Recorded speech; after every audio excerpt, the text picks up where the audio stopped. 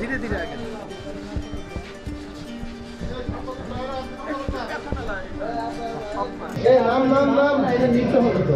সরাইতে হবে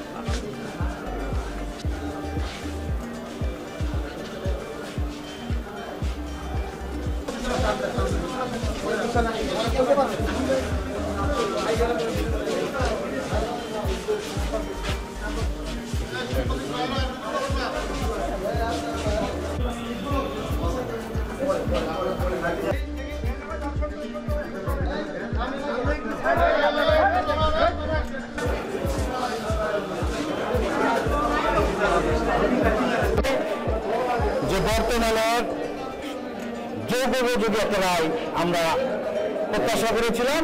ন্যায় বিচারের সাথে যোগ উপযোগী একটা প্রত্যাশিত রায় ন্যায় বিচার প্রতিষ্ঠিত হয়েছে। চাপমুক্ত, প্রভাবমুক্ত সুন্দর একটা রায় আমরা আদালতের মাধ্যমে পেয়েছি।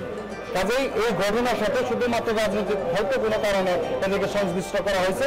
এদের মধ্যে এই মামলার সংশ্লিষ্টতা আছে তারা জড়িত না, ন্যায় বিচার হয়েছে। আমরা প্রত্যাশা করি যে এইরকম ন্যায় বিচার দ্বারা অব্যাহত থাকবে বলে আমরা আশাবাদ ব্যক্ত করি। 664/2016 অতিরিক্ত জেলা জজ প্রথম আদালতে রায়ের জন্য দিন ধার্য ছিল। সেই রায়ে বিজ্ঞ আদালত দুইজনকে 302 দণ্ডবিধি বাংলাদেশ দণ্ডবিধি আইনে 302 ধারা মোতাবেক যাবজ্জীবন কারাদণ্ডে দণ্ডিত করেন এবং সেই সাথে 5,000 টাকা 5 লক্ষ টাকা জরিমানা করেন এবং সাথে অনাদায়ে 1 বছরের কারাদণ্ডে দণ্ডিত আদেশ দেন।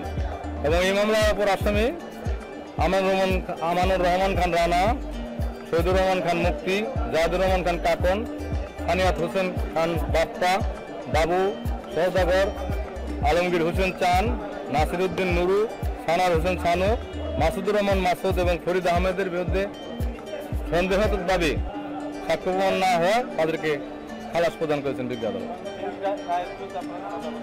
এটা পরবর্তীতে আলোচনা করে পদক্ষেপ নেওয়া হবে।